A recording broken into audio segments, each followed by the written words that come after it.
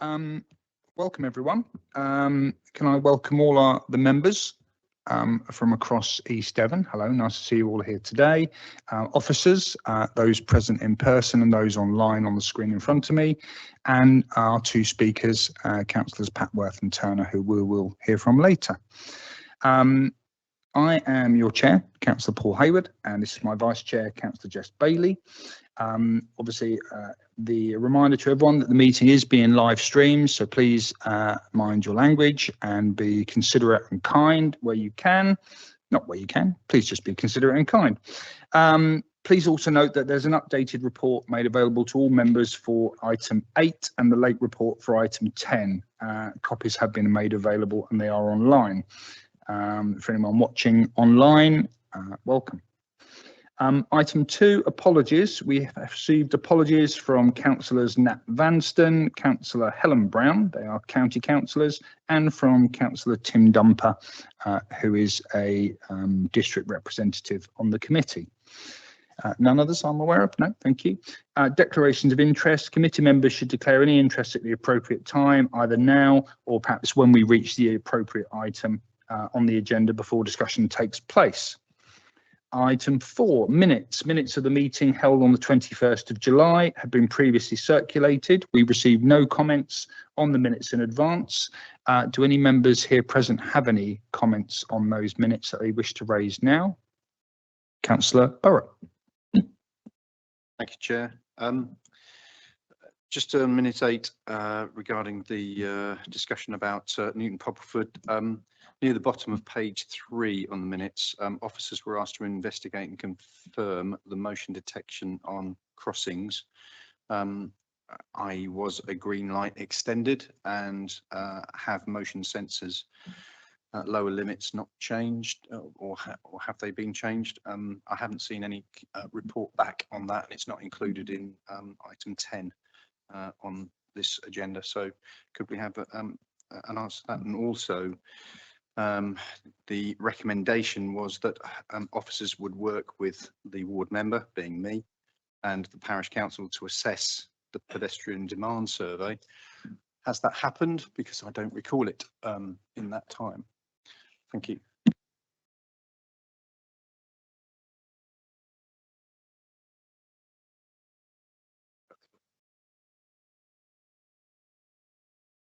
Thank you, Chair.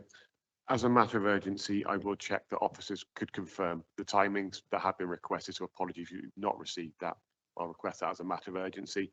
In regard to working with the local member, we have been working with Councillor Bailey, Colleton Raleigh Parish Council, and also Newton Poppleford and Hertford Parish Councils to work on their pedestrian improvement schemes. And there's a report that's subsequent to that in this meeting. Is that okay, Councillor Burrow? I would have liked to have been included. Can we make a note and include the Hattock member for Newton Poppleford, please, in those discussions? Thank you.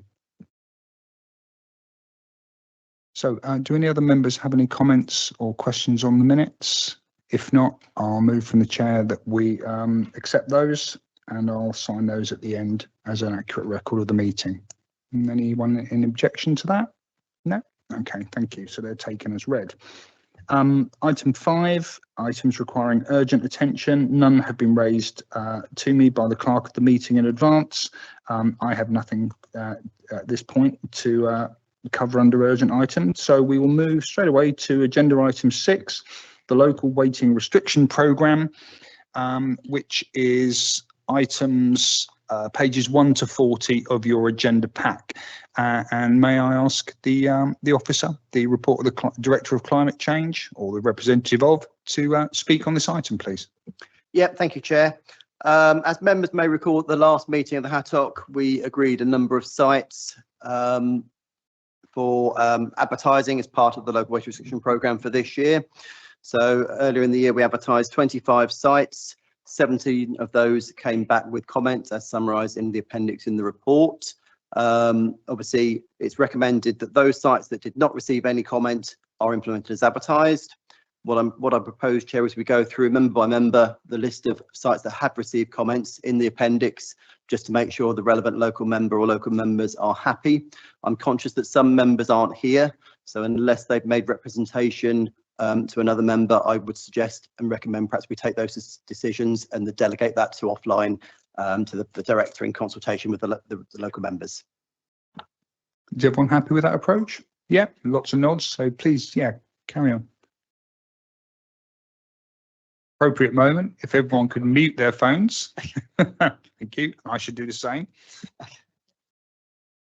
Okay, so the first site is Manstone Lane in Sidmouth, which is under Councillor Bickley's ward, and the recommendation there is to implement those proposals advertised. I don't have anything to add. It's fine. I'm happy with it as I was last time. Thanks. Okay, so the next few sites are in Councillor Brown and Councillor Trail's ward. I'm conscious we've only got Councillor Brown, Councillor Trail here, and Councillor Brown is absent. I don't know whether there's been any discussion with Councillor Brown or whether we need to take that offline. So perhaps. No, thank you very much for doing the work. I spoke to Helen before we came to the meeting, and we're happy with 1, 2, 3, 4, 5, 6 points there. And thanks for your work. Okay, thank you. So that's Moorfield Road, Fulford Way Woodbury, Globe Woodbury, and Town Lane Woodbury. Okay, moving on to Councillor Vanstone and Councillor Gent. Again, obviously we've got Councillor Vanstone absent. I don't know, Councillor Gent, whether you've had any views from the both of you.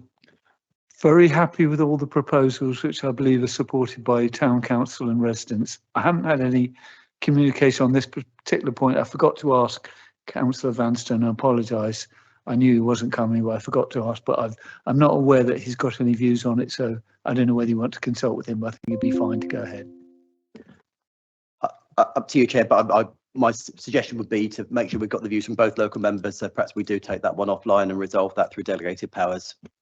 I did speak to Councillor Vanstone about these, and because obviously he's a new council, I think he's just finding his feet. So he was aware of these and he didn't have any objections. So my particular view is they have been widely consulted. The members have had the opportunity. So rather than delay it, let's just proceed.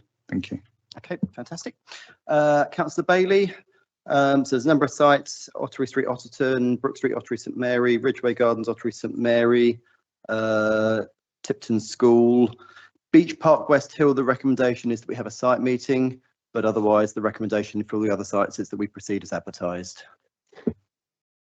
Thank you, and thank you for slightly delaying the consultation, because I was concerned about to make sure that for the Beach Park one enough people knew about it, and obviously they have responded, but I'm very happy to have a site visit with you about that one.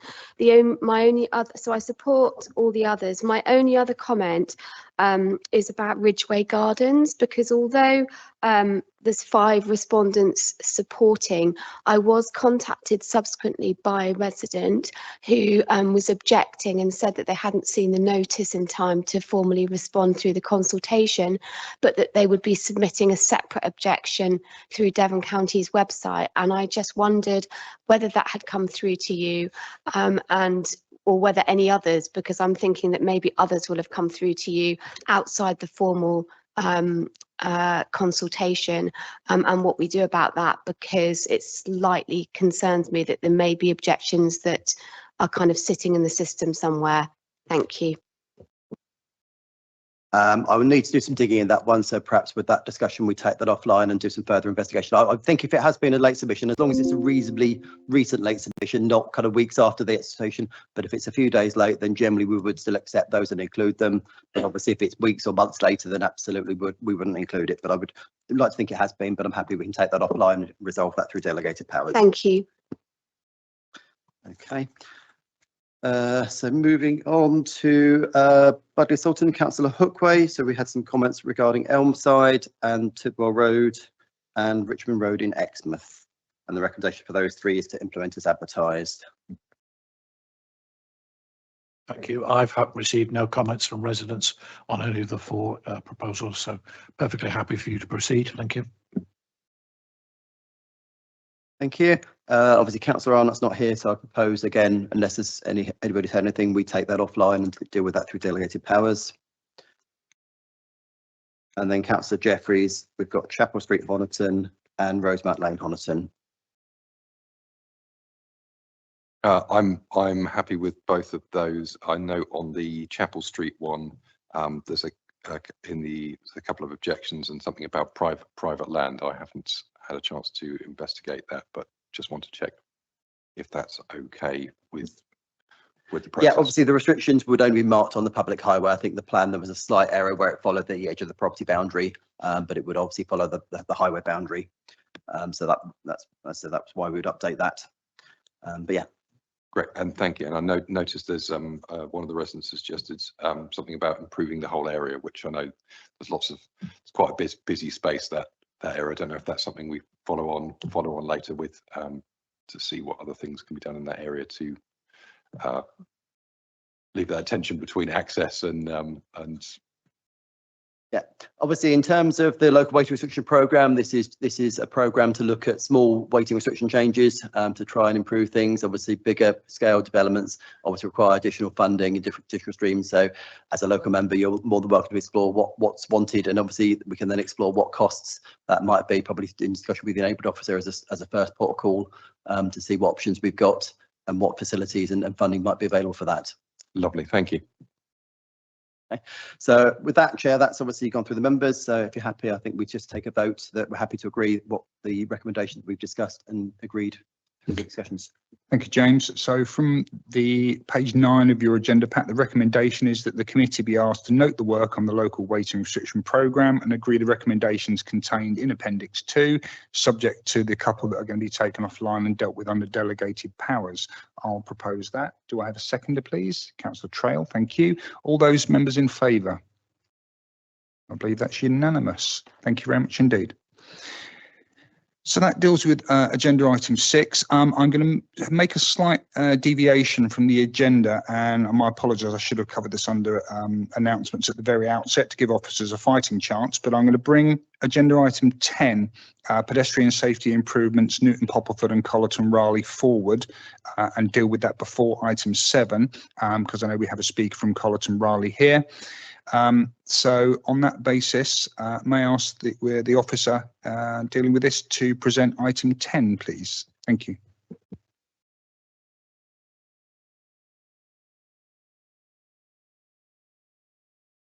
For technology.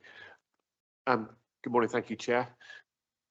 Members will recall at the last meeting in July, members resolved that officers would work with Collerton Raleigh Parish Council and the local member to assess potential road safety improvements in Collerton Raleigh and bring a report and recommendations to improve that pedestrian safety to this meeting, and equally that we would work with Newton Poppleford and Hartford Parish Council and the local member to assess the pedestrian demand survey and bring a report to this committee as we discussed earlier.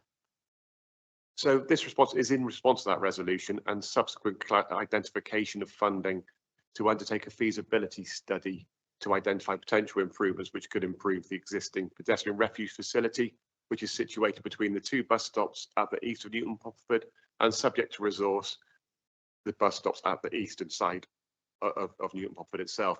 So that would be, so in terms of the background, earlier in 2024, members undertook a parish walkthrough with officers and representatives of the parish and town councils on the A3052, and it was recognised that the pedestrian refuge, which is based near to King Alfred Way, are the 2 bus stops there.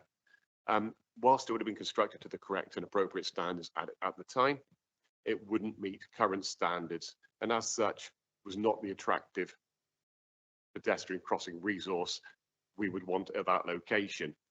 As a result, we've undertaken some identification works to identify funding.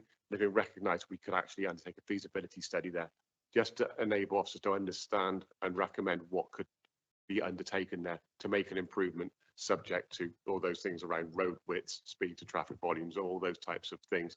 So we would bring that report further forward when that's been undertaken. Equally, constructive meetings have taken place with Collerton Raleigh Parish Council over recent months, both prior to the last meeting and subsequently, to understand how best a gateway could be installed at the entrances to the village.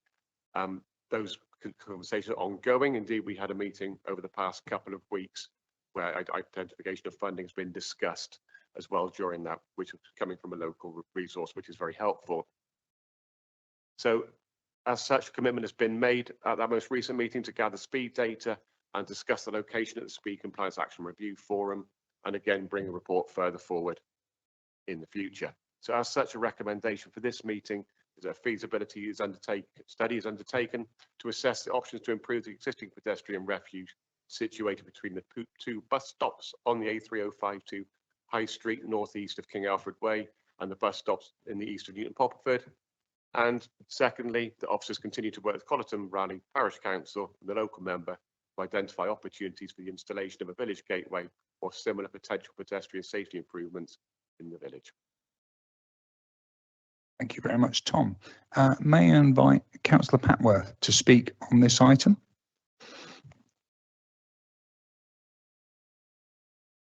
Can I pass around some photos, please? You'll have to speak a little bit louder. Sorry, can I pass around some photos, please? Fred said I could.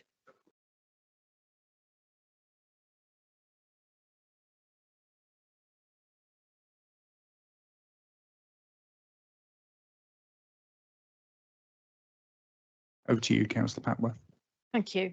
I've come here today to talk about Hawkerland Road in Colleton Raleigh.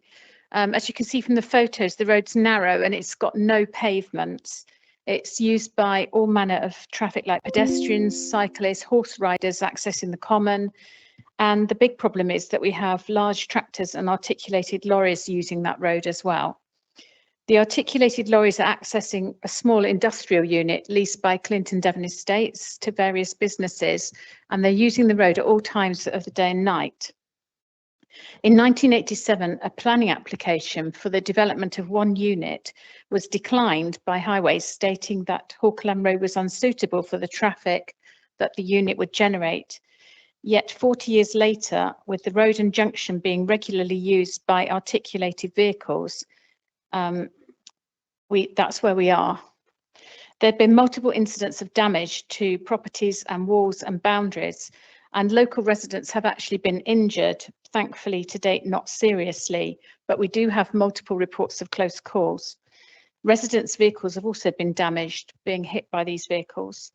The residents actually put a cone on the corner of the junction of Hawkerland Road and the Exmouth Road, and that was repeatedly hit. The cone was replaced, I think, 5 times, and that's where pedestrians do actually walk to get around that corner and access the village facilities, the pub and the shop, and the village hall. There's nowhere for pedestrians to stand and get out of the way of road traffic. The lorry drivers themselves complain and can find it very difficult to turn in and out of Hawkerland Road.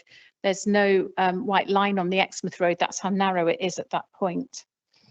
Only last year, a new development on the industrial estate was actually approved by Planning and Highways. The Parish Council did object to this, citing the traffic issues, but Highways commented that they did not anticipate it would increase traffic volume, and the application went through. We don't object to successful businesses at the units, but can't understand how they get consent to operate on a site dependent on a road and road junction that's unfit for the vehicles they're planning to use. Surely these businesses should be sited at Greendale or Liverton. We don't know what the solution is. We've investigated the possibility of reducing the size of lorries, but the business operating tell us it's not commercially viable, and Clinton Devon Estates refused to write this into new leases. Although the village gateway is a start to pedestrian safety, it's not going to solve the Hawkerland Road issues, and it's kind of the only thing anybody can think to do at the moment. But we urgently are requiring support from Highways to undertake a survey of the road and junction and help us eliminate the safety issues. As parish councillors, we're not road experts, but you are, and we're asking for your help before there's a serious incident. Thank you. Thank you very much, Councillor Patworth. I know that Councillor Bailey, my Vice Chair, wants to speak on this, and I imagine Councillor Burrett would as well. And then once those two speakers have spoken, could I ask someone from the Highways team just to outline to the speakers and to the members how highway decisions when planning applications are put forward are consulted, considered and reported upon. Thank you. Councillor Bailey. Thank you. So if I just start with Newton Poppleford, I just think section 3.3 of the report isn't quite correct, because it says, one sentence says, it was also agreed further improvements could be made to improve the pedestrian experience would not meet current design standards. So I think what that's trying to say is that the current arrangements wouldn't meet existing design standards. It would have met the design standards at the time of its installation. But would meet current. So I think that's what it's trying to say. So so I welcome the fact that funding has been found to carry out a feasibility study. I welcome the fact that we met, so I organised a Teams meeting with the chair of the parish council and the neighbourhood highways officer, and my apologies to Councillor Burrop. It was about 2 weeks ago. And I just want to make clear that recommendation 1A, we discussed at that meeting, the feasibility study should be about the existing poor or not meet pedestrian refuge crossing that doesn't meet current standards, but also to look at the feasibility of a new crossing in accordance with the pedestrian demand survey. And I think so it's two specific things, and I'm not sure that that quite comes through in recommendation 1.1a. So it kind of is there, but I want to make absolutely clear that we're carrying out feasibility on both those aspects.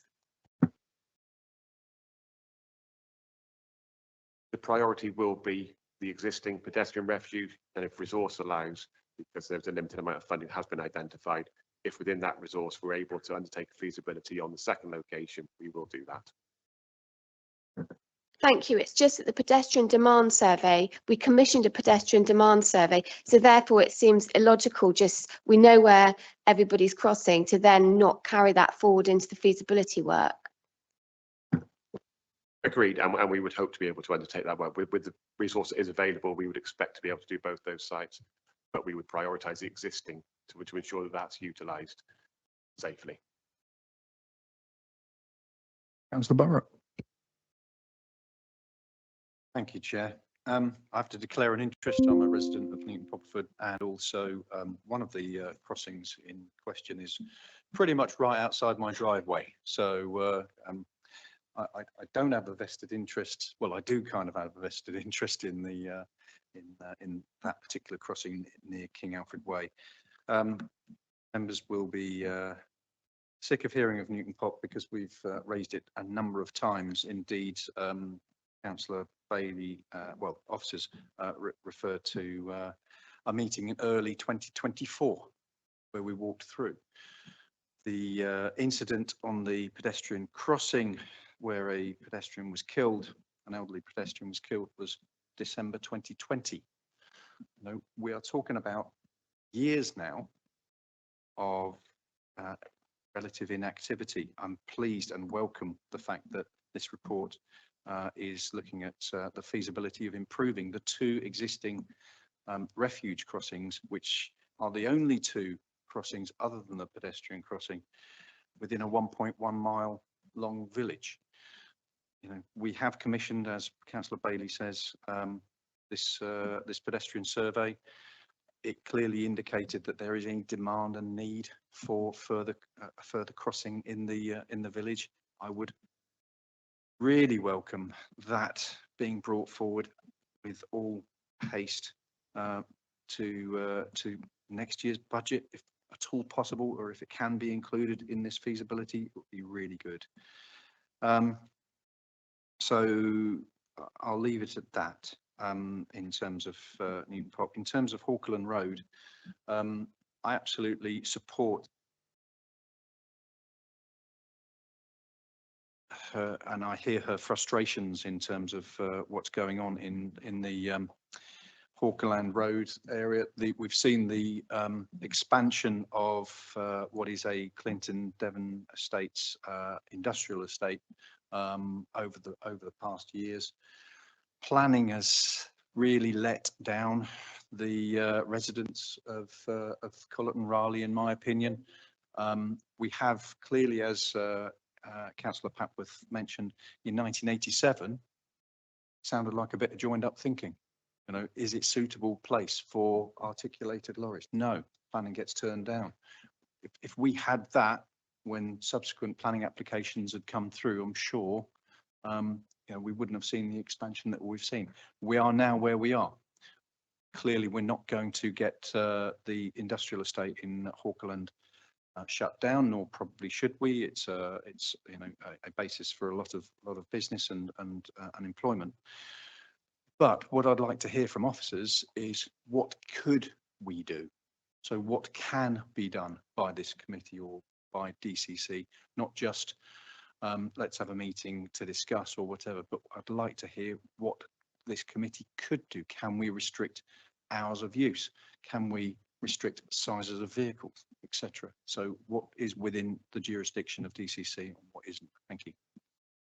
Before I come to you, Tom, Councillor Bailey. Thank you. Yes, thank you very much to Councillor Papworth. So I did go to a meeting with Rob Richards, Deputy Director of Highways, Colleton Raleigh Parish Council, Clinton Devon Estates, and one of the tenants on the industrial estate. And it's really incredibly difficult for the Highways Authority to actually do anything, because once planning permission has been granted, we don't own the land either side, and it's trying to identify what we can do. As far as I'm aware, we cannot carry out any restriction. We cannot impose weight restrictions or limit hours of use. And I know that Rob Richards has looked at that. I don't know whether DCC as a Highways Authority is taking a sufficiently robust approach. I mean, I know it's really difficult when we're a consultee on planning applications, but you know, it is disappointing that we're still not objecting to things when there's a there's a massive issue on this junction and along the road, and the old sawmills is completely in the inappropriate location. So it's difficult to know what the Highways Authority can do, but I would like to think that we will keep trying to actually do something to improve the situation, because it's a continual problem at that junction. It affects roads, the pedestrian safety, and it's constantly damaging the walls and the property of the people living either side and along there. So I don't know what else can be done, but I would hope that something can be done. Thank you. Thank you. If I could ask Tom to respond, can I also ask, within this recommendation, we've talked about the feasibility study and officers continue to work with in the future. Can we have some clarity on timing? Not to pin you down to a day, but sort of words such as in the future within recommendations essentially leave a bit of scope. So if you could comment on that, please. Funding has been identified, so subject to an approval from the committee, we would place an order most immediate effect, and we'll be able to give an update following that on what resources available to undertake that study. That will trigger the opportunity to assess that resource and make a decision from there. So we'll better provide the local member with an update following that approval. Can I ask an officer, just to read my earlier question, how are, and I appreciate this is a planning issue, we're not the planning authority, but there are they're almost interdivisible. If just an outline as to how these considerations are made, are ward members consulted, are division members consulted, and how we reach these decisions, because obviously it's having an impact. And Councillor Papworth, I can sympathise. In Axminster, the village of Membry is routinely blighted. We had an entire junction blocked the other day by a vehicle that took the wrong turn and then blocked off an entire junction for about 3 hours. And that causes, you know, that's just traffic disruption, let alone damage to vehicles, damage to property, damage to verges. You know, our property gets damaged. Whoever is able to respond. Thank you. Yeah, thank you, Chair. So just to reiterate, all planning applications obviously go to the planning authority. We get sent a copy of those, and we review, officers within our team will review them based on what's been proposed, look at whether they meet standards, whether they're safe, and how it's going to impact the local area. If any new schemes are being proposed as part of that, road safety audits may be requested to see how safe, and get independent review from a road safety officer on that. And then we would make a recommendation or refusal to the planning authority based on those assumptions. I'm not aware at the moment that we do liaise with any local councillors, but that's something that, if it's something that we could do if need be on certain applications. I do appreciate there are thousands of planning applications, and you are a statutory consultee, and there is a limit to what we as the ward members and division members can do. I mean, you know, and offers a resource as well. But I think where there are particular reservations, and again, it's a challenge because parish councils and district councils will make their comment and raise objections, and seemingly wearing both hats, you know, often these comments are raised and then they don't seem to be picked up on. But I appreciate it's a resource issue, it's a timing issue, and this committee meets once every 3 months, 4 months, and so this isn't an appropriate forum. That we have a planning, we have development management committee, but I think it's something that we as an authority need to consider to show as we move forward, certainly towards LGR, that we're liaising with town and parish councils because they have that down, you know, on the street knowledge. So thank you very much, Stuart, for that information. Oh, Councillor Burrow. Sorry, is it possible for officers to lay out what can be done, what is within this, you know, the DCC's gift as to what can be done to restrict as I asked, traffic movements or whatever on existing highways where planning permission has already been granted?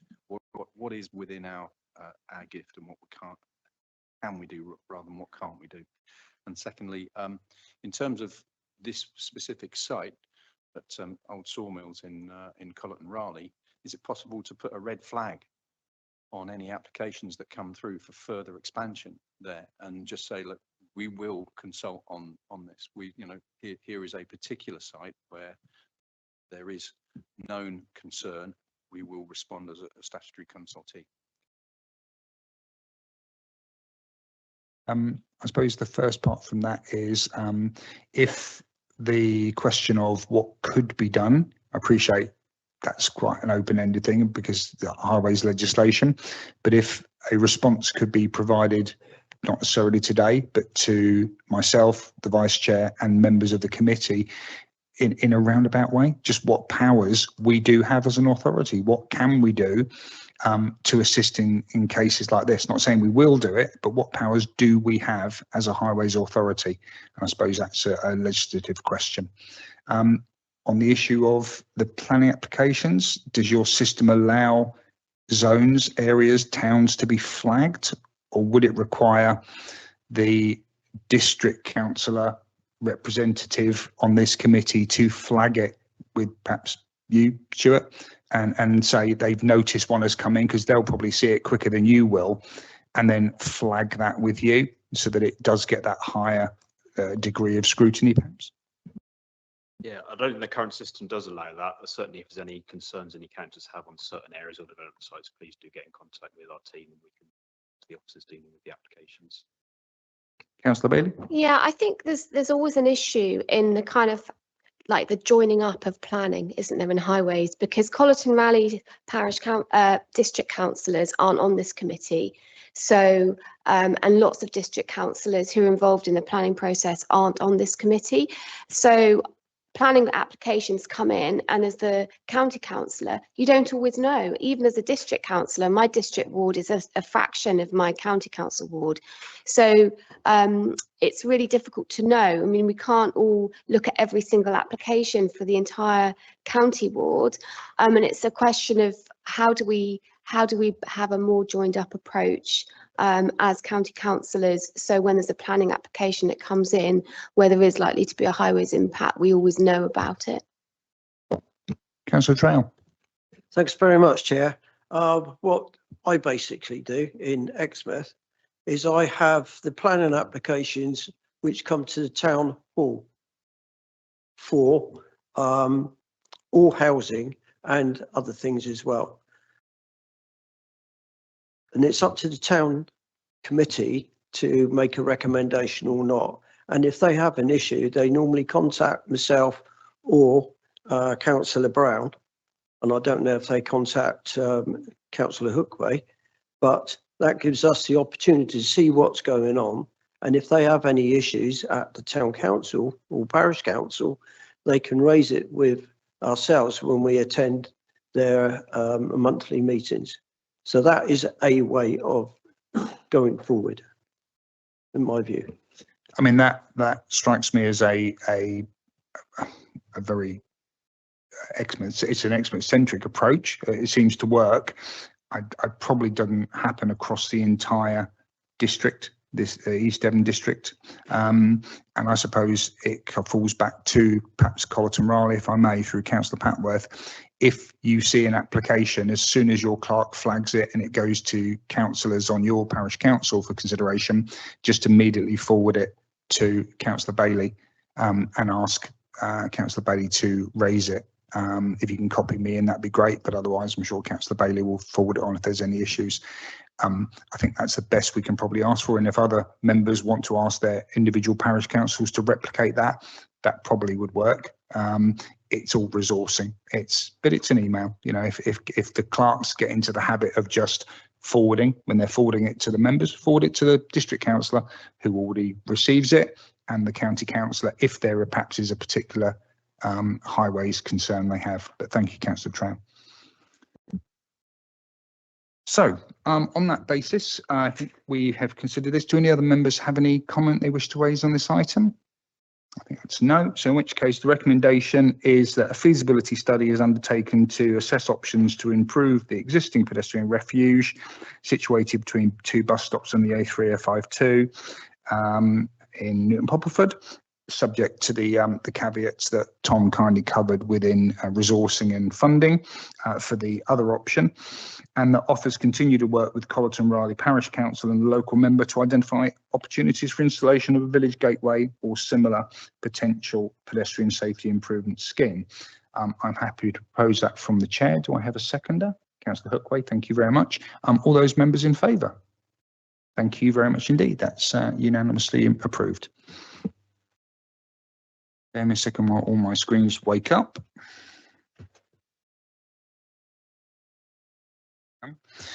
Okay, so we now move on to agenda item 7, which is pages 41 to 52 of your agenda pack. This is the B3165 Lime Road in Upline footway enhancements. And may I ask the officer covering this to outline the scheme? Thank you. Yeah, thank you, Chair. I've just got a few slides. I'm just trying to pull up on the screen. My apologies, Stuart. Could you bring the microphone slightly nearer to you and Yes. speak a little bit louder? Thank you, because I am a little bit mutton. Yeah, thank you, Chair. So I've put some slides up on the screen. Hopefully you can all see that. So yeah, this is a proposement for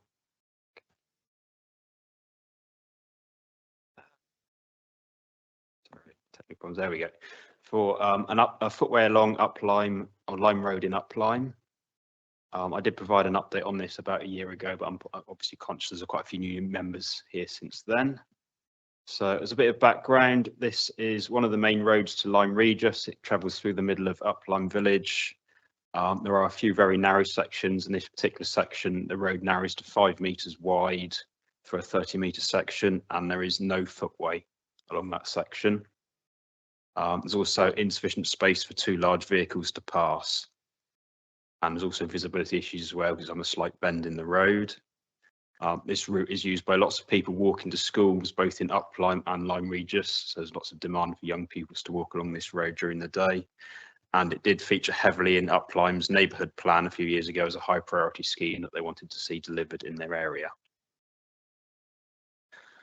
So what we are proposing is to complete the footway for the 30-metre section. The only way you can do this is to narrow the carriageway to a single lane. So eastbound traffic will have to give way to westbound traffic to be able to make room for the footway. There'll be drop curb crossings across the junction of Crog Lane and Lyme Road, across the reduced width section of Lyme Road, and across the junction of Barnes Meadow with Lyme Road. and all the works can be constructed fully within the highway boundary. We are also proposing double yellow lines through this section of road to prevent vehicles from stopping in this area and reducing the road down to so nobody can pass at all. As part of the proposal, we're also including a speed limit zone across the whole of the village.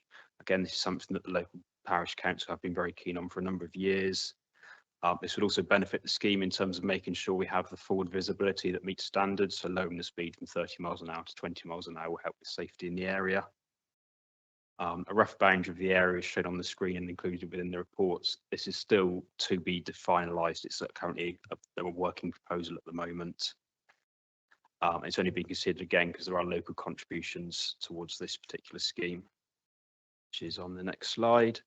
So we've got a significant contribution from Devon County Council towards this scheme. The total cost is 120,000. We've also got £5,000 from Dorset County Council, £3,000 from Upline Parish Council, and £3,000 from Lyme Regis Town Council. And we're currently in the process of drawing up funding agreements to secure the money from all of those contributions.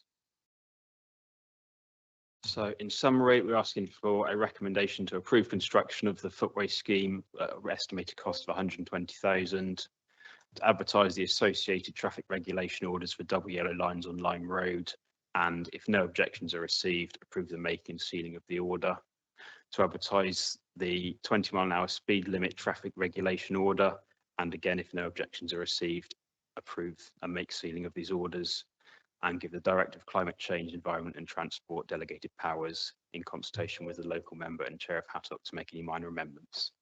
Thank you, Chair. Thank you very much, Stuart. May I invite Councillor Turner, Chair of Upline Parish Council, to speak on this item. Can you hear me okay? Yeah, good morning, Chair. Good morning, ladies and gentlemen of the committee and officers. I'm Andy Turner, the Chair of Upline Parish Council. Obviously, Upline is right in the east of East Devon, right against the Dorset border. There's a big survey going on at the moment with Lyme Regis to put 20 miles an hour in force as well up to the border, so it makes sense for us.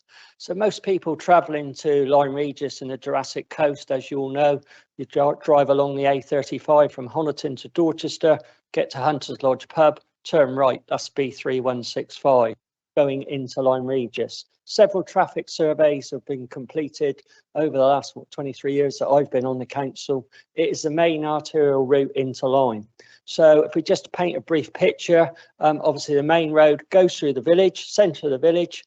We have our primary school just off the main road, and then going into Lyme Regis, and on the right hand side you have the Woodruff Secondary School with over 2,000 pupils. So that obviously creates a lot of traffic, as well as large articulated lorries going to builders, merchants in Lyme Regis.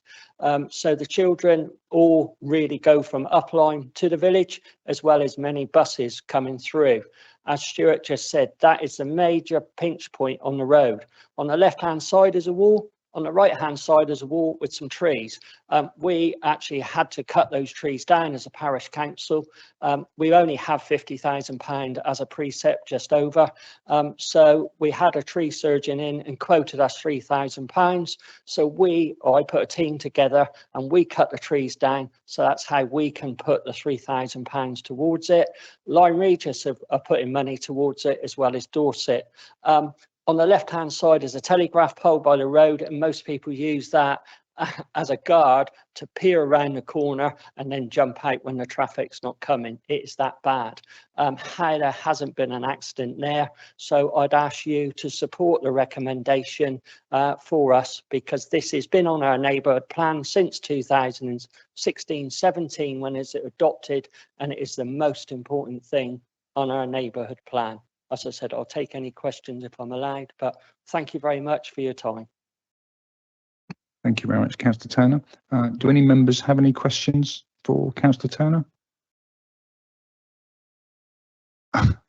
No?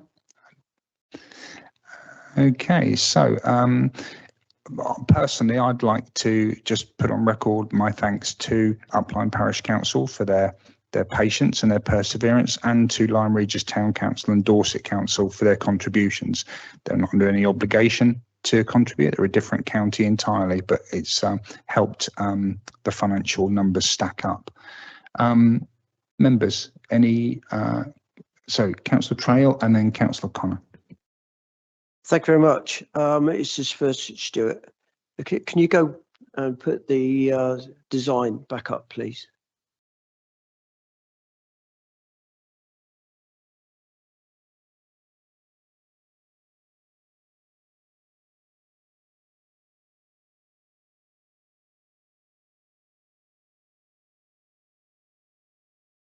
So it's basically the next one. That's the one. So if you have a look on the west coast there, we've got a 60 mile an hour coming straight down to a 20 mile an hour in two places. I would see that as if going from 60 down to 20 is not very clever. So with regards to that design, I would have thought it might be advantageous to have a breakdown of 60 to 40 to 20 further up the road, just to slow the traffic down to come into that. The rest of it, I think, is absolutely fine. Thank you. Stuart? Yeah, thank you, Councillor Trail. As I said, this is an initial first draft, so I definitely appreciate your comments on that. That's something we can take on board and look at the detailed design of. Would they constitute minor amendments within the basis of the recommendation that's going to be in front of members? Because I think Councillor Trail's point is well made. If you look here, there's 1, 2, 3, 4 gateway entrances, and possibly one at the far top by Mulberry House that probably will have the same. So if that's permissible within that minor amendments, and we can take that on board, we can discuss and integrate that into the scheme. Thank you.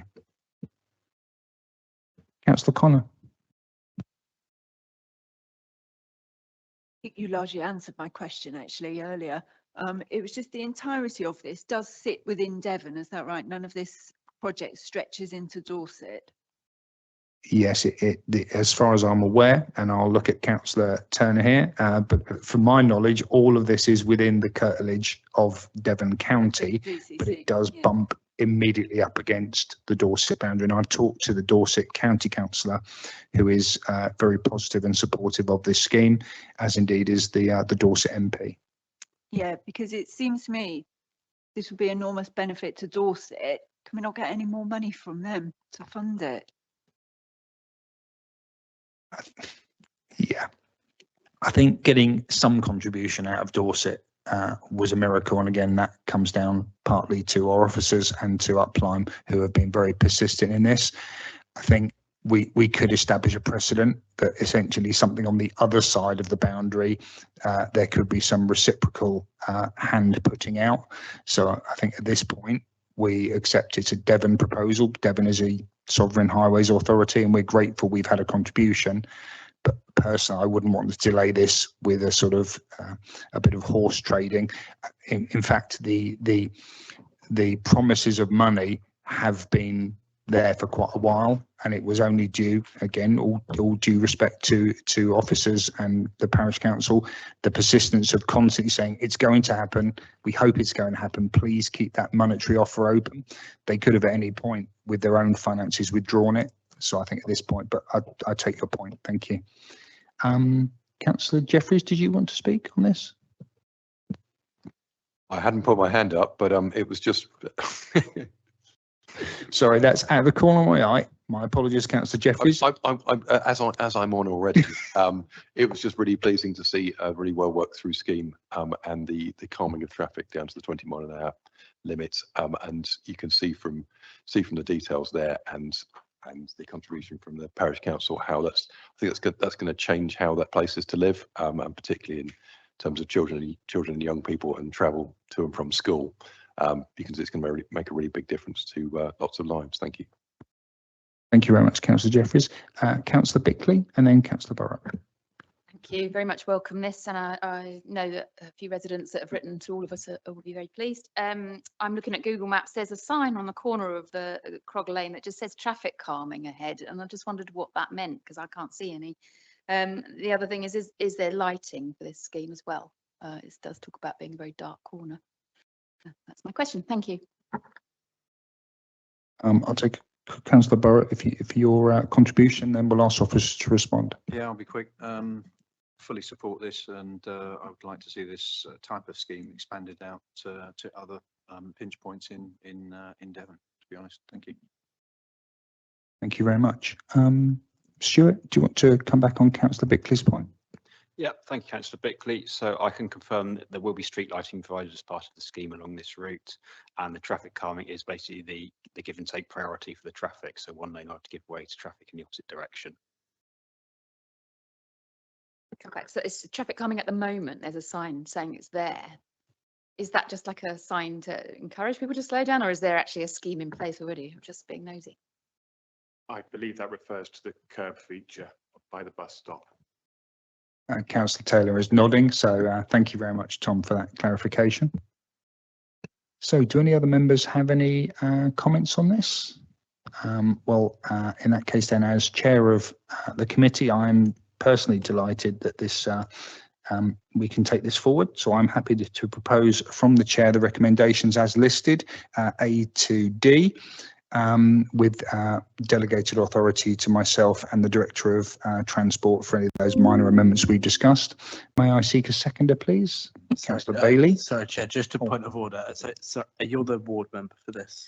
So just for clarity, normally in situations like this, the kind of consultation falls to the local member, yourself, and then the vice chair of HATOC. So when the recommendation has moved, we'll just read vice chair. That's absolutely. Are you happy with that, Councillor Bailey? That makes perfect sense. Otherwise, I'll be talking to myself. So, thank you. So that with that slight amendment to the motion, recommendation D, that it will read vice chair rather than chair.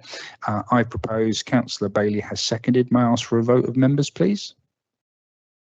And that is unanimous. Thank you very much indeed. Councillor Turner, thank you very much for your attendance today. And if you're more than welcome to stay, but otherwise, safe journey back to Upline. Thank you. We now move to agenda item 8, which is the Walbrook Road Sidmouth zebra crossing.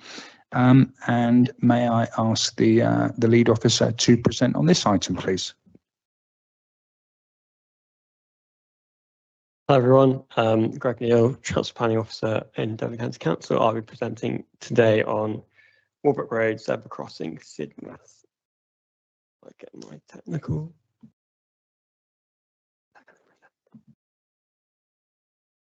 There we go, lovely. Right, as I just introduced, Walbrook Road Zebra Crossing Sidmouth. So a bit of background of the scheme. This is Walbrook Road is one of the main routes in and out of Sidmouth city centre, seaside, up to the A3052. Along Walbrook Road is a school, Sidmouth Church of England Primary School, and as of current, there is no formal controlled crossing facility outside the school. Up until recently, well, a couple of years ago, there was a school crossing patrol, aka lollipop person. They left the site in 2023, and up until, well, to date, we have not been able to recruit a new officer for that position. Observations and reports from residents show that there's, despite waiting restrictions on both sides of the road outside the school, there's still consistent illegal parking during peak times, particularly drop-off and pick-up times outside the school, which restricts visibility and obviously makes the area slightly more dangerous for families and children trying to cross the road to access the school, and obviously all other residents crossing the area. So what we're proposing a new zebra crossing outside the school. So this will be on the site of the existing uncontrolled facility. So currently there are very, very small minor build outs with tactiles showing where you could cross. So we're going to remove those and replace it with a full zebra crossing. This will include localized footway widening to provide more room for people waiting, as well as localized resurfacing of the footway and pavement. Again, as a normal zebra crossing, there will be zigzag lines to restrict parking close to the crossing, as well as high friction surfacing to improve aid deceleration of vehicles approaching. There will also be associated changes to the waiting and loading restrictions in the area. So that's the traffic regulation orders. And on top of that, the street lighting around the crossing will be upgraded to standard of around the crossing. And the bus to aid visibility, the bus stop will be moved from the east side, the outbound bus stop will be moved from the east side of the crossing to the west side. So engagement, so we performed a letter drop to immediate residents in the vicinity, so that's 100 metres, the 3 ways of the road around that area. So that was 102 letters were dropped through letterboxes by my colleague Matthew here. We only received 2 responses. One was opposing the scheme, which I think could be placed elsewhere, and the other one was asking if the crossing could be signalised rather than a zebra crossing. We've also approached the school who are supportive. We've had correspondence with the head teacher, and yeah, they're supportive of the scheme. And further engagement will be undertaken through the statutory consultation of the traffic regulation orders. So that will, subject to approval at this committee, that will be carried out subsequent to this committee. So just to summarise what we are recommending today, to approve construction of the proposed zebra crossing on Walbrook Road, Sidmouth, showing Appendix 1 at an estimated cost of £140,000. To approve the advertising of the traffic regulation order, to amend the weighting restrictions as detailed in the report, and if no objections are received, approve the making and sealing of the order, and to give delegated authority to the Director of Climate Change, Environment and Transport in consultation with the Chair of HATOC and the local member to make minor amendments to the scheme. Sorry, that was a bit speedy, but and now move on to any questions. That's been done. Thank you very much, Gregory. Can I come to the member for Sidmouth, please? Thank you, and thank you. I mean, this is so overdue. It's fantastic this is happening. Declare an interest. My children were at that school and I worked there for 10 years, don't anymore, so hopefully that doesn't count anymore. But I know that crossing area really very well, and as the previous speaker said, it's amazing that nobody has been knocked down there. Children come bowling out from school down some steps and they're basically on the position where there was a crossing patrol. And yes, they left in 2023, but before that there was a long gap as well. We had someone for a while, they weren't suitable. And to get somebody for that role, it proves impossible. So it's fantastic. I'm really happy about it, especially the bus stop being moved as well. Can I just say thank you for that? Because there's a minibus issue and everything. It's horrible in the mornings, in the afternoon. I drove the minibus for a while and it's a terrifying place with children running all over the place. This is going to be fantastic. I did raise with you about having a barrier on the other side of the road. I don't think that was possible, but that would be the only improvement I can see at the moment, which would be helpful because children coming across into another entrance to the school, which hopefully they'll use the crossing. Well, they'll just have to train them to do that. But if there is any leeway to have that would just be the icing on the cake. But thank you very much. Thank you. My apologies, Councillor Bickley. I didn't catch that extra enhancement, the thing you wanted. Sorry, can we go back to the map? I'll explain it a bit clearer if you like. There's a point where children cross to get to the, if you see the Manstone Avenue, the little spouty road that comes out the top of the map, they come along that Manstone Avenue and they cross directly on that far corner. And the entrance to the car entrance to the school basically is opposite that. So it's very tempting. They've all got used to it. They bowl across the road there and there's a bus stop and there's all sorts of traffic going on. So my thought was just to have some sort of barrier just to stop that, to break that flow. But I'm not sure that it's possible. So I can't remember the reason now. But yeah, that was the only thing. Thank you. No, you're quite right. You did tell us about that previously. We didn't have enough time to get into the proposals for this committee, but as we move into detailed design stage, it might be something that is possible to be added or looked at, and then it will constitute as a minor amendment to the scheme later on. Yeah, thank you. Lovely. Thank you very much, Councillor Bickley. Councillor Hughes.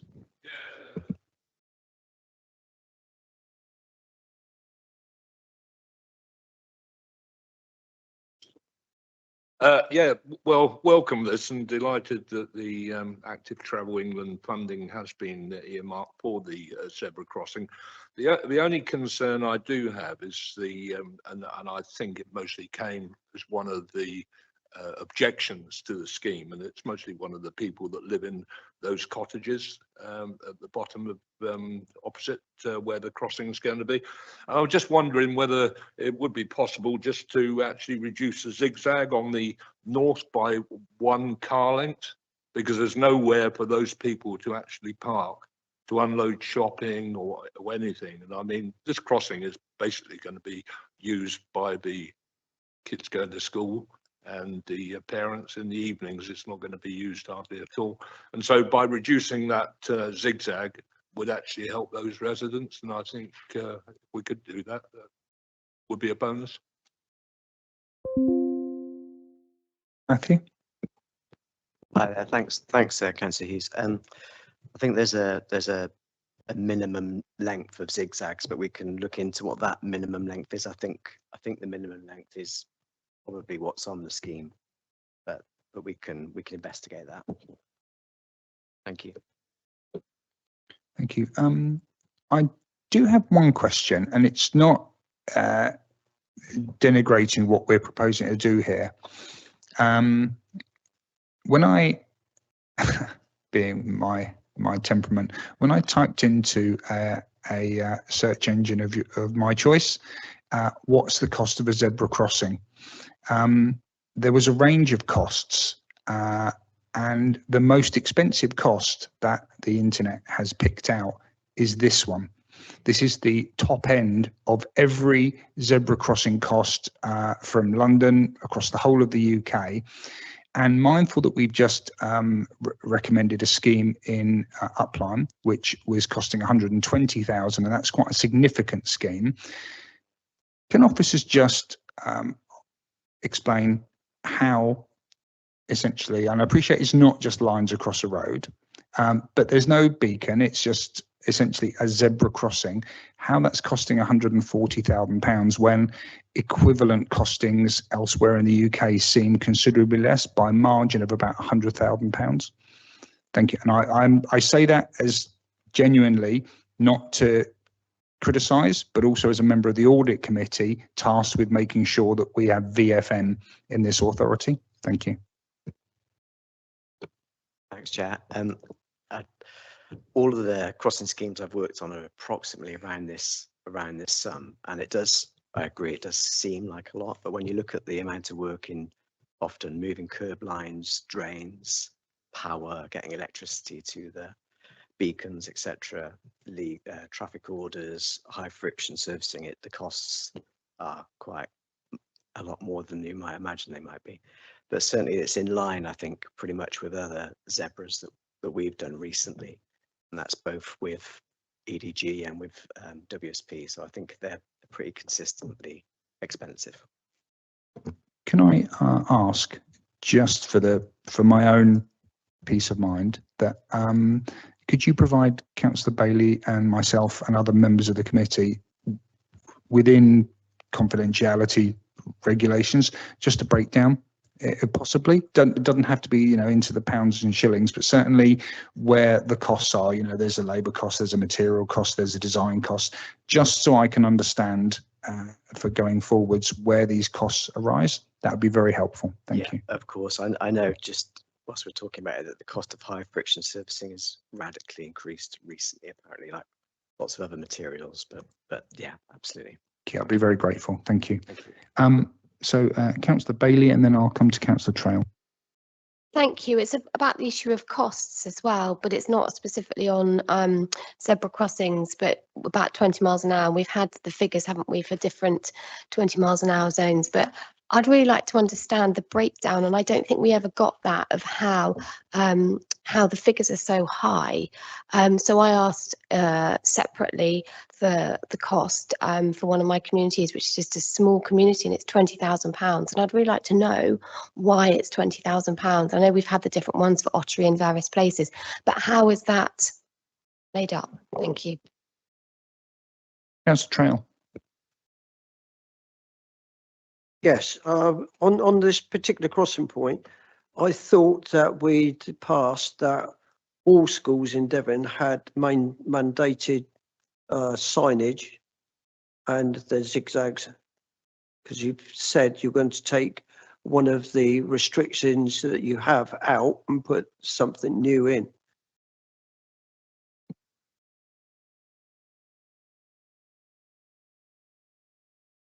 In order to facilitate the new crossing to be put in, we have to remove the no rating outside of school yellow zigzag lines. Otherwise, we'd be painting over the top of them.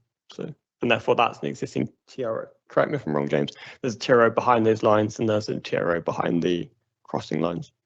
Sorry, thank you. That's okay. And coming back to Councillor Bailey, I think it was 25,000, not 20. Sorry, I asked about Wiggerton and it was 20,000. James. Just to further the discussion on school keep clears, obviously the request from sort of Council Trow and this committee did get presented to Cabinet in September to consider school keep clears outside every school.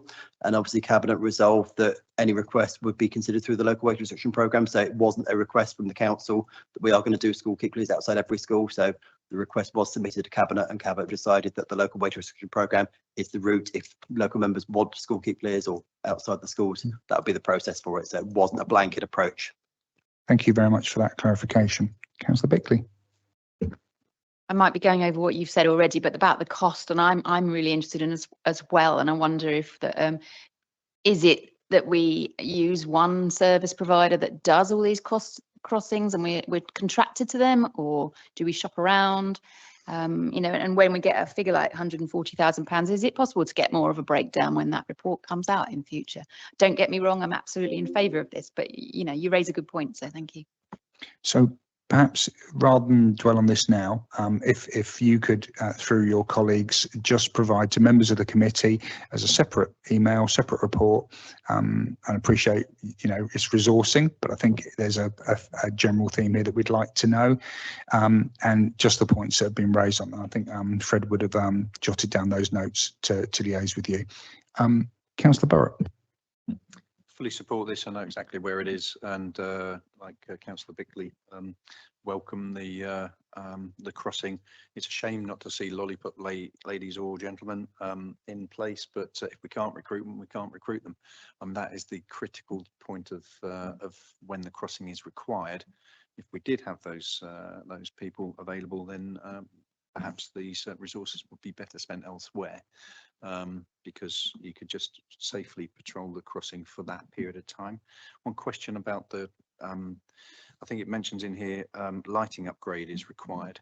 Obviously, there's a lot of residential properties in the vicinity.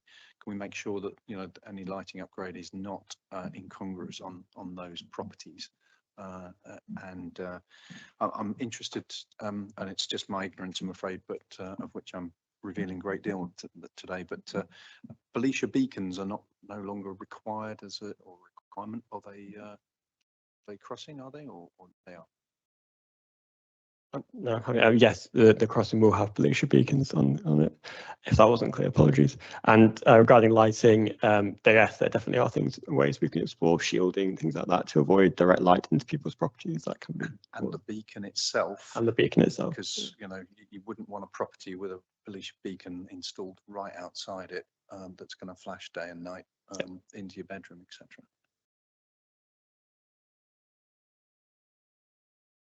Thank you, Councillor Burrett. So, do any other members have any comment or questions for officers on this scheme? No? In which case, Councillor Bickley, would you like to, on this, propose a recommendation? And happy to Yeah, second. very happy. Thank you. Thank you. So proposed by Councillor Bickley, seconded by Councillor Hughes. The recommendations as are per listed on, my apologies, bear me a moment. Page 61 of your agenda, recommendations A to C, inclusive. So may I ask for a vote of members present, please? And that's unanimous again. Thank you. So we now move to agenda item 9, Bassett's Farm Primary School footway adaptation and school gate improvements in Exmouth. And we now ask Matthew McDonald, I think, to present on this. Thank you. Hello. This report seeks approval for some footway adaptations at Bassett's Farm in Exmouth. Like many schools, the site suffers from inconsiderate parental parking. The site luckily has a school crossing patrol, but the patrol is increasingly struggling to manage the site. And so the scheme proposes to make the patrols operation a lot easier and to create a safer, calmer environment. So here you can see some of the types of parking on the zigzags, footway parking. Sorry, have I go to the next slide? There we go. I've got to go back. Oh yeah, that one. Yeah, great, thanks. Thanks, James.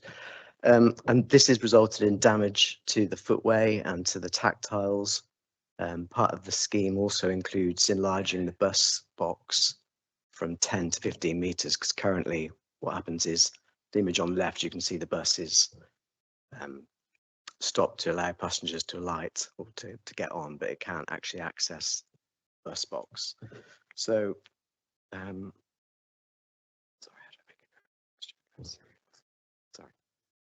So in your report, there's a detailed drawing. So the scheme would widen the footway to prevent parents parking on the footway, to add bollards, to include no waiting, no stopping lines on the non-school side, repair the broken tactile pavings, and refresh the zigzag markings. Scheme's estimated to cost £60,000, partially funded by, mainly funded by the Levelling Up Fund, a little bit of road safety as well. So in summary, it would improve road safety at the site, widen the footway and install bollards, enlarge the bus box, some new parking restrictions, repair the broken paving and create a safer school gate environment. Thank you. Thank you very much indeed, Matthew. Councillor Trail, would you like to speak on this item? Yes, please, Chair. Thank you very much. Thank you very much, Matthew. This scheme is within the 20-mile-an-hour zone, which is within that particular school. And of late, it's had various utility companies coming in there, carving up the road and the pavements, along with the, I would say, the parents parking on the pavements and in people's driveways. It's a complete nightmare in that particular area. The bus route that goes through there are two bus routes. There's 98, 98A, which run every half an hour, and in the evening there's 99E, so it's well used. However, the parking has been an issue, and I really, really thank you for bringing this to our attention yet again. And I feel that what the school have also done to improve the parking issues with the signage they've got outside and what you've done with your hard work, I welcome these recommendations and really support this proposal. Thank you. And I also spoke to Councillor Brown this morning about this and no issues whatsoever. Lovely. Thank you for doing that for us. I'll just ask a question, if I may, and this is related to this. And if officers can't respond today, again, I'd welcome perhaps an answer offline. But I know that parking on pavement is a problem for every community in East Devon, certainly in Devon. And I know that London, you can't do it. And I think it's in Wales, you can't do it, or Scotland, you can't do it. What can we as a committee do through the cabinet member for highways to lobby, cajole, and essentially get that legislation made? Or I think there's something in the offing, if you could let us know. Sorry to deviate away from this, but it is really pertinent. This has caused a problem and it will continue to cause a problem, especially for users who really shouldn't be forced onto the highway off the pavement, putting themselves at risk for the sake of inconsiderate people parking. James. Yeah, thank you, Chair. In terms of pavement parking, obviously, if there are weighting restrictions, W lines, for example, our civil enforcement can enforce pavement parking because the restriction goes to the back of the highway, so the footway. So if there are existing weight restrictions, then our civil enforcement absolutely can act on that. But obviously, in a lot of areas, there aren't restrictions. The Department of Transport did a consultation probably about 5 years ago regarding pavement parking and looking to introduce new restrictions that our civil enforcement officers could enact on. But obviously we are still waiting for a response to that consultation. We keep being promised that it's coming, but obviously nothing is appearing. So you may want to lobby your MP and the Department of Transport to try and get a response to that one. Obviously, in the short term, obviously the police do have powers to deal with obstructive parking. I know in some areas, certainly around the country, they have obviously used, where they've got resource, they have used officers to deal with that parking on the footway, but it is difficult and tricky. So, and obviously with the police resource the way it is, that's not guaranteed, but that is kind of the only option we've got at this precise time. But otherwise, I say we're waiting for the Department of Transport to announce what options there are in terms of legislative enforcement. Thank you very much indeed for that. Councillor Gent, you haven't spoken yet, and then I'll come to Councillor Trowell. Thank you for bringing that up, Chair, and I support what you're saying. And I just wonder, whilst we could write to our MPs ourselves personally, could we ask Cabinet to write to the government on behalf of Devon County Council? Because everybody finds pavement parking, the problems of obstructive pavement parking is antisocial and not good. Thank you. Councillor Trowell. Thank you very much. Myself and former Councillor Scott brought this up a couple of years ago, and Councillor Hughes, as the Cabinet member, did actually go to Parliament with this. Coming back to what James has said with regards to double yellow lines, that's fine. However, we've got people with blue badges that park up in the, oh, it's my grandson and whatever. So what we've done with that, especially down with the Exmouth Community College, we've put double digits, because what we're doing, we're wasting our traffic management officers who are trying to keep the areas clear. We're wasting time because they have to come up to the vehicle, they take the registration number and make their pictures, and they have to wait 10 minutes. By the time that's happened, the people have given them, excuse the expression, the middle finger and left, and they're laughing when they go away. So myself and the traffic management team, we stood outside. There was 5 of us there, and we observed what was going on. And so we have asked the traffic management team to put in traffic orders to put double lines and double digits to stop people dropping off and parking. So, but just for clarity, for double digits, you mean the 2 tabbed lines on the pavement, which give curb. it Yeah, that extra. means, Yeah. yeah, that means you can't park, you can't drop off, and you can't deliver. It's as simple Thank as you. that. Tom. Just to clarify, you're far from the first to raise this as a committee, which is good. But the we've got a cabinet report that South Hams Highways and Traffic Orders Committee, a meeting of the South Hams Highways and Traffic Orders Committee on the 8th of July 2025. The chair raised under urgent items the matter of ongoing difficulties caused by obstructions on footways, particularly by vehicles parking on them. The committee resolved that Cabinet be requested to make further representations to government to strengthen restrictions legislation on footway obstruction due to ongoing risks to the public. So absolutely in agreement with yourselves, that has gone forward.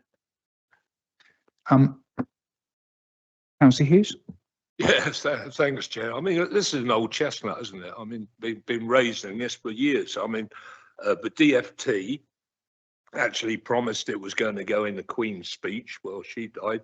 It was supposed to have gone in the King's speech. Well, we haven't heard anything about that. I mean, this went to a select committee, Devon County Council, with the leaders. We provided lots and lots of information to take that select committee. And, it's just, it keeps going round and round and round and round. And there's somebody needs to actually bite the bullet and get on with it, because Scotland have got it. Wales are looking like they've got it as well. And it's about time they rolled out to everybody else. So if you can put a really strong letter together, do it and get it to every MP and let's go for it and let's get it in. Thank you, Councillor Hughes. Well, mindful of what Tom has just told us, if members are happy, I'll, as chair of the committee, write to Councillor Thomas, the portfolio holder for highways, and also copy that into our relevant constituency MPs covering East Devon. Other HATOCs may wish to do the same, but this is the East Devon one. So if you're with your agreement, I'll do that, and then I'll circulate to you all any response we receive, and hopefully we'll keep banging this drum, because it is a blight and it causes real consternation in communities. Thank you.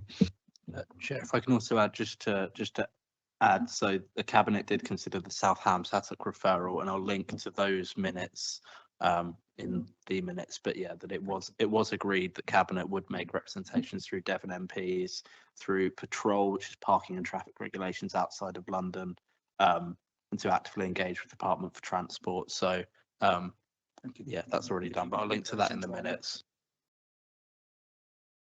Thank you. Do any other members wish to speak on this item on Bassett's Farm? No? In which case, Councillor Trow, would you like to propose the recommendations? Thank you very much, Chair. Yes, I'd like to propose that the three recommendations, A, B and C, be recommended and supported by this committee, please. Thank you. May I seek a seconder, please? Councillor Hookway, thank you very much indeed. All members in favour of these recommendations? That's unanimous again. Thank you very much indeed. So we now move to item 11, Town Hill Broadclist Traffic Safety. And this is in accordance with Standing Order 23.2. Councillor Gent has requested that the committee consider this item. So, Councillor Gent, would you introduce, please? Thank you, Chair. This is something that's been going on for about 12 years, where the residents and parish councillors been concerned about the chaos around the primary school in the Town Hill area. And a neighbourhood highways officer a few years ago said that it seemed very unlikely that we'd be able to get any funding, get a funded scheme. And the parish council then said, well, how much would it cost to make some improvements, because we might be prepared to fund it.